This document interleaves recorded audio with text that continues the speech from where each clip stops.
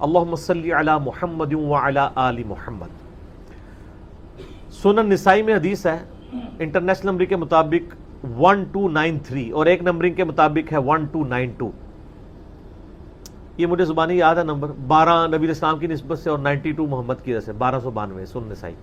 زید ابن خارجہ سے نبی علیہ السلام نے فرمایا مجھ پہ درود پڑھنا لازم کر لو اور اپنی دعاؤں میں پڑھا کرو اللہم صلی علی محمد وعلی آل محمد۔ یہ سنی شیعہ دونوں کے ہاں پڑھا جاتا ہے۔ اس کے علاوہ بخاری اور مسلم میں درود ابراہیمیہ ہے جو ہم نماز میں پڑھتے ہیں، یہ بھی ثابت ہے۔ باقی جتنے بھی درود ہیں اسی سے ملتے جلتے ہیں۔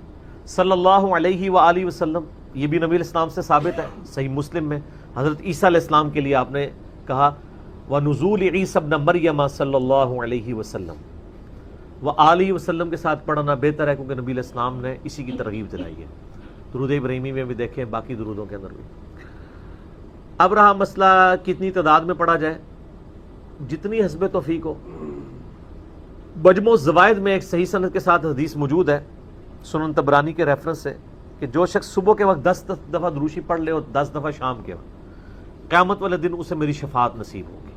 تو یہ بڑا آسان ہے، 10 دفعہ اللہم صلی علی محمد وعلی آل محمد پڑھنے میں کتنا ٹائم لگتا ہے؟ باقی اللہ تعالیٰ نے ڈیٹم لیول کے اوپر تو آپ پہ ویسے ہی یہ لازمی کر دیا ہے۔ نماز میں ہم دروشی پڑھ ہی رہے ہوتے ہیں، ہر نماز میں پڑھ رہے ہوتے ہیں۔ دروشی کے بغیر تمہاری نماز ہی مکمل نہیں ہوتی، اور ہماری نماز تو ہم تو دعائے قنوت کے بعد بھی دروشی پڑھتے ہیں، صحیح سند سے ثابت ہے۔ نماز جنازہ میں بھی دروشی پڑھتے ہیں، ہر جگہ ہی درود شریف ہے۔ مسجد میں داخل ہوتے وقت درود شریف ہے، وہ حدیثیں موجود ہیں، وہ میں نے اس لیکچر میں ساری حدیثیں بتائی ہیں۔ ہر خطبے کے آغاز میں درود شریف ہے، جس مجلس میں نبی علیہ السلام کا ذکر ہو وہاں پہ درود شریف ہے۔ مولا علی علیہ السلام سے حدیث ہے جامعہ ترمذی میں صحیح سند کے ساتھ کہ نبی صلی اللہ علیہ وآلہ وسلم نے فرمایا وہ شخص کنجوس ہے جس کے سامنے میرا ذکر ہو اور مجھ پر درود نہ پڑھے، اللہم صلی علی محمد وعلی آل محمد۔ اور ترمذی میں ایک حدیث ہے وہ شخص تباہ و برباد ہو جائے جس کے سامنے میرا ذکر ہو اور مجھ پر درود شریف نہ پڑھے، اللہم صلی علی محمد وعلی آل محمد۔ اور اس کے علاوہ سنن طبرانی میں بھی ایک روایت ہے، اس روایت کی صحت پہ اختلاف ہے، لیکن چونکہ کچھ محدثین اسے صحیح سمجھتے ہیں اس لیے میں ضرور بیان کرتا ہوں کہ جو شخص روزانہ 100 دفعہ درود شریف پڑھ لے تو قیامت والے دن اللہ تعالیٰ اسے شہیدوں کے ساتھ اٹھائے گا، اور اس کی دونوں آنکھوں کے درمیان لکھا ہوگا کہ یہ شخص منافقت اور دوزخ کی آگ سے بری ہے۔ 100 دفعہ درود شریف، میری تو کوشش ہوتی ہے کہ 100 دفعہ درود شریف روزانہ کم از کم ضرور پڑھا جائے۔ اگر کوئی روزانہ نہیں پڑھ سکتا 10 دفعہ تو پڑھ لے، اور نبی علیہ السلام کے آپ اکثر وظائف دیکھیں گے وہ 100 دفعہ ہی ہیں، اکثر وظائف جو زیادہ تعلیم کیے گئے، جیسے بخاری مسلم میں حدیث ہے کہ جو شخص 100 دفعہ پڑھ لے سبحان اللہ وبحمدہ تو اس کے سارے گناہ معاف کر دیے جائیں گے چاہے سمندر کی جھاگ کے برابر ہو، اور جو شخص صبح و شام 100 دفعہ یہی پڑھے تو قیامت دن اس سے بڑھ کے کوئی عمل نہیں لے کے آ سکتا سوائے اس کے کہ جو اس سے زیادہ وہ کلمات پڑھ لے، 100 کا دفعہ۔ پھر بخاری میں 70 دفعہ استغفار کا ذکر ہے۔ پھر تسبیح فاطمہ بھی جو ہے 100 دفعہ ہے، 33 دفعہ سبحان اللہ، 33 دفعہ الحمدللہ، 34 دفعہ اللہ اکبر، یا 33 دفعہ اللہ اکبر اور 100 کا عدد پورا کرنے کے لیے بخاری مسلم میں آتا ہے لا الہ الا اللہ وحدہ لا شریک لہ لہ الملک ولہ الحمد وہو علی کل شیء قدیر۔ تو یہ سارے 100 والے ہیں، زیادہ تو آپ جتنا مرضی پڑھیں۔ جامعہ ترمذی میں حدیث ہے قیامت والے دن میرے سب سے زیادہ نزدیک وہ شخص ہوگا جس نے دنیا میں مجھ پہ سب سے زیادہ درود شریف پڑھا ہوگا، اللہم صلی علی محمد وعلی آل محمد۔ تو سر جتنا گڑ ڈالیں گے اتنا میٹھا ہوگا، درود شریف جتنا پڑھیں اتنا ہی کم ہے، نبی علیہ السلام کے قرب کا ذریعہ ہے۔ لیکن صرف درود شریف پہ زور ہو، نبی علیہ السلام کی تعلیمات پہ زور نہ ہو تو یہ غلط ہے۔ درود شریف کے لیے باوضو ہونا بھی شرط نہیں ہے، یہ اللہ کا ذکر ہے اور ایسا ذکر ہے جس کے لیے کوئی پروٹوکول نہیں ہے۔ وضو پروٹوکول ہوتا ہے نماز پڑھنے کا، عام اذکار کے لیے کوئی وضو پروٹوکول نہیں ہوتا، ویسے آپ نے رکھنا ہے وہ ضرور کریں لیکن ادروائز ان اذکار کا کوئی پروٹوکول اس حوالے سے نہیں ہوتا۔ تو میری خواہش یہ ہے کہ آپ روزانہ کم از کم 100 دفعہ ضرور درود شریف پڑھیں، اگر نہیں پڑھ سکتے تو صبح فجر کے بعد 10 دفعہ اور 10 دفعہ مغرب کے بعد صبح شام 10 دفعہ پڑھ لیں تاکہ شفاعت رسول صلی اللہ علیہ وآلہ وسلم حاصل ہو۔ پھر مسلم شریف میں حدیث ہے، بخاری میں بھی کچھ حصہ ہے کہ جو اذان کا جواب دے، یعنی وہی مؤذن والے کلمات رپیٹ کرے، اس کے بعد مجھ پہ درود شریف پڑھے اور الوسیلہ والی دعا مانگے تو میری شفاعت اس کے لیے حلال ہو جائے گی. وہاں بھی درود شریف ہے. صحیح مسلم میں حدیث ہے جو ایک دفعہ درود شریف پڑھے گا اللہ تعالیٰ اس پہ 10 رحمتیں نازل فرمائے گا. سنن نسائی میں حدیث ہے جو ایک دفعہ درود شریف پڑھے گا اللہ تعالیٰ اس پہ 10 رحمتیں نازل فرمائے گا, اس کے 10 درجات بلند کر دے گا, اسے 10 نیکیاں عطا فرمائے گا, اس کے 10 گناہ معاف کر دے گا. کتنی بڑی فضیلت ہے سر.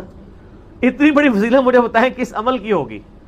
نفلی عبادات میں افضل ترین عبادت درود شریف. اچھا یہ درود شریف اللہ کی عبادت ہے کیونکہ آپ رجوع اللہ کرتے ہیں, اللہم صلی علی محمد وعلی آل محمد. یہ جو جمعے کے دن کے وظائف ہیں نا, اب وہ آپ یعنی غروب آفتاب جمعرات والے دن اس سے لے کے جمعے کی مغرب تک کر سکتے ہیں. یہ نہیں ہوتا کہ جمعے کے دن کو ہی کرنا ہوتا ہے. تو جمعے والے دن درود شریف پڑھنے کی فضیلت ہے. ابو داؤد کے اندر اور ترمذی کے اندر, سنن نسائی میں, ابن ماجہ میں حدیث ہے کہ نبی صلی اللہ علیہ وآلہ وسلم فرمایا کہ جمعے کا دن تمام دنوں کا سردار ہے. اسی دن آدم علیہ السلام پیدا ہوئے, اسی دن وہ فوت ہوئے, اسی دن پہلا سور پھونکا جائے گا, دوسرا سور پھونکا جائے گا, قیامت قائم ہوگی. تم جمعے والے دن مجھ پہ کثرت سے درود پڑھو, تمہارا درود مجھ پر پیش کیا جائے گا. تو صحابہ کرام نے جرت کر کے پوچھا یا رسول اللہ علیہ وسلم جب آپ مر جائیں گے اور آپ کی ہڈیاں مٹی میں مل جائیں گی. سر یہ صحابہ کے الفاظ ہیں جب تک 295C نہیں تھی مدینہ شریف میں, ورنہ آج کل تو کوئی سوال کر سکتا ہے؟ یہ صحابہ پہ اللہ کی کروڑوں رحمتیں وہ سوال کیے تو میں عقیدے پتہ چلیں. تو نبی علیہ السلام نے فرمایا کہ ان اللہ حرم علی الارض ان تأکل اجساد الانبیاء, بے شک اللہ نے مٹی پہ حرام کر دیے کہ نبیوں کے جسموں کو کھائے. تو نبیوں کے جسم سلامت ہیں قبروں کے اندر, ان پر درود شریف پیش ہوتا ہے. تو جمعے والے دن درود شریف کی ایک خاص فضیلت ہے. جمعے والے دن ضرور 100 بار پڑھ لیا کریں. نبی علیہ السلام کی بارگاہ میں درود شریف پیش ہو رہا ہوتا ہے. وہ سنن نسائی میں حدیث ہے نا, زمین پہ کچھ فرشتے سیاحت کرتے ہیں, میرے امتیوں کا سلام مجھ تک پہنچاتے ہیں. اور میں نے دیکھا ہے کہ یہ حقیقت بات ہے, مسلمانوں کے جتنے مکاتب فکر ہیں ان میں سے 2 مکاتب فکر میں نے درود شریف کا بہت اہتمام دیکھا ہے. نبی علیہ السلام کا مبارک ذکر کرتے وقت پہلے نمبر پہ شیعہ حضرات کو میں نے دیکھا ہے کہ وہ درود شریف کا بہت اہتمام کرتے ہیں, اور دوسرے نمبر پہ اہل حدیث کے ہاں. آپ عرب میں چلے جائیں, آپ وہاں پہ عربی خطبے سنیں ان کے جمعوں کے, سر اگر ایک جملے میں 3 دفعہ آ رہا ہے نا تو وہ قال النبی صلی اللہ علیہ وآلہ وسلم پورا پڑھیں گے. یہاں ہمارے لوگ بیان کرتے پوری تقریر, میرے حضور گئے, حضور آئے, حضور نے کیا, درود شریف ایک دفعہ بھی نہیں پڑھتے کیونکہ ٹرینڈ میں نہیں ہے. تو یہ ٹرینڈ سیٹ کرنا چاہیے, اور یہ بھی آپ کا کام ہے کہ جب کسی علماء سے آپ یہ سنیں کہ وہ بغیر درود شریف کے نبی صلی اللہ علیہ وآلہ وسلم کا ذکر کر رہا ہے, تو آپ اسے بتائیں کہ یار چلو 4 دفعہ نام لیا ہے, 1 دفعہ تو درود شریف ساتھ پڑھتے. اور لیکن میں آپ کو بتاؤں, بزرگوں کے جب نام لیں گے نا کبھی بغیر رحمت اللہ لے کے نہیں لیں گے.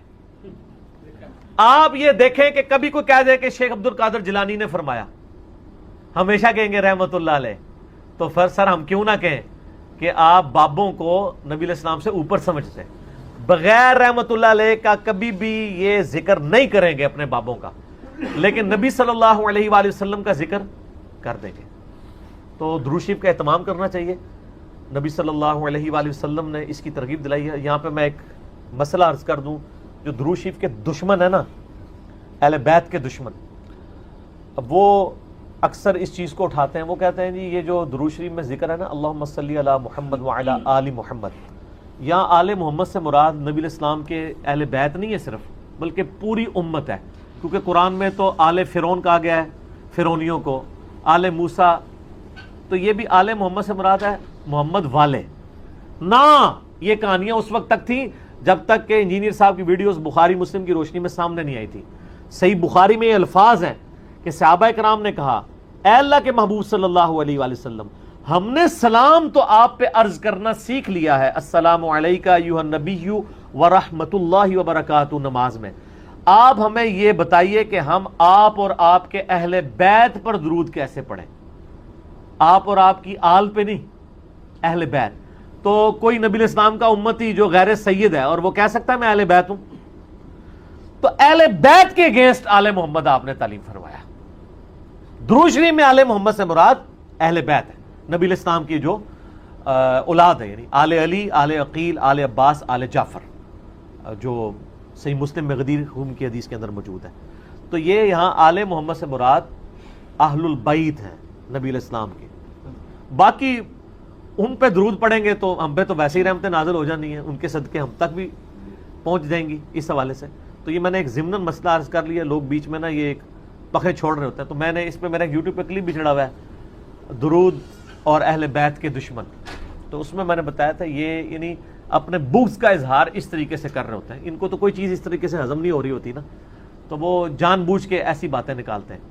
درود شریف پڑھیں. اور مجھے یاد ہے کہ ایک 3-4 سال پہلے مجھے ایک بریلوی بھائی کا فون آیا، تو مجھے کہنے لگے کہ جی آپ کی ویڈیوز بہت اچھی ہیں، میں آپ کی ویڈیوز کی وجہ سے مسلک چھوڑا، سب کچھ سیکھا.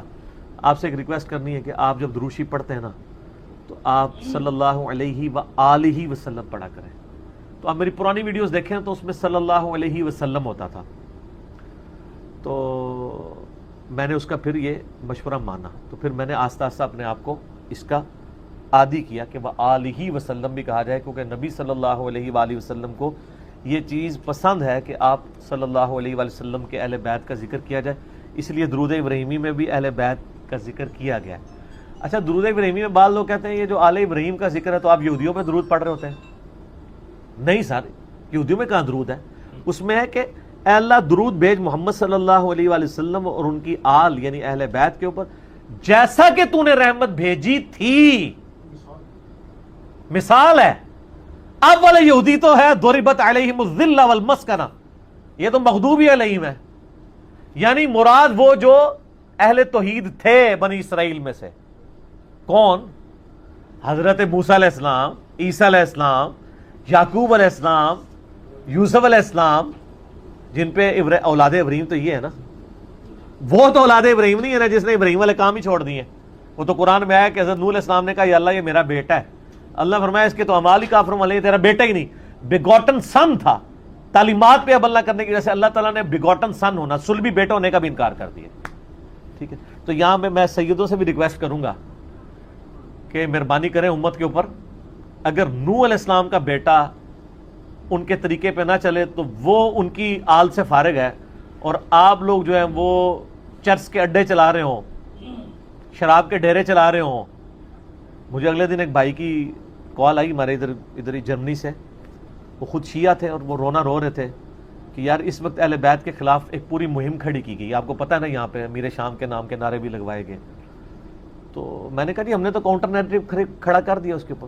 تو وہ بتانے لگے ایک کسی شیعہ ذاکر پورے اس ایک کمیونٹی کے بارے میں، وہ کہتے ہیں ہم ان کو ملینز آف روپیز سالانہ دیتے تھے، لیکن بعد میں پتہ چلا کہ وہ تو شرابیں پیتے ہیں اور عیاشیاں کرتے ہیں.